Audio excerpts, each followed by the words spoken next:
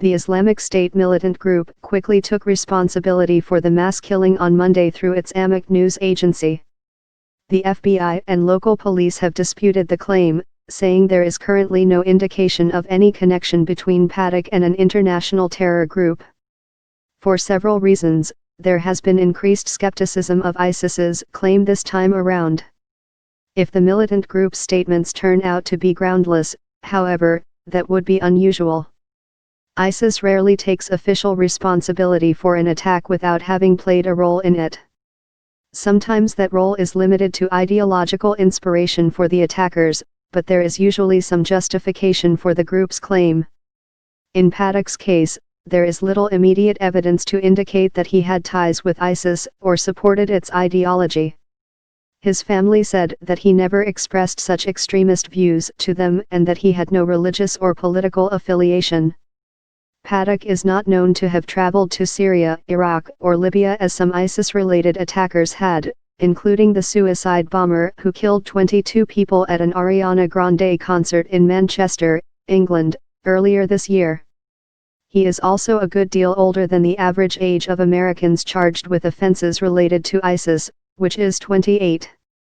Unlike many other mass killers, he was not previously known to federal authorities and had no criminal record. Analysts who monitor ISIS messaging and attacks have expressed puzzlement since the group took credit on Monday. Rita Katz, head of online terrorism tracker site Intelligence Group, tweeted that it was the strangest of all the ISIS claims she's seen.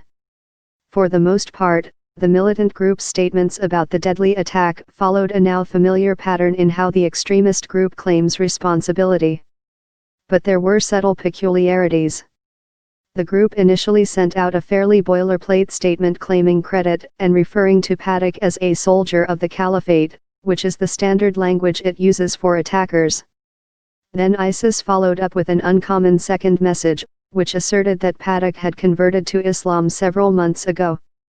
Later in the day, ISIS sent out another statement that identified Paddock by the name Abu Abd el-Bar, but still offered no supporting evidence for its claim. ISIS has become increasingly desperate for propaganda victories as it loses territory in Iraq and Syria. Although it has maintained a certain degree of reliability in its credit-taking, some analysts noted that some of its claims in recent months have raised questions.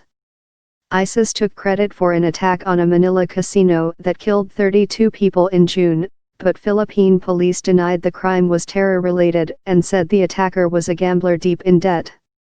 The investigation into what led Paddock to kill so many people in Las Vegas is still in the early stages. Related video.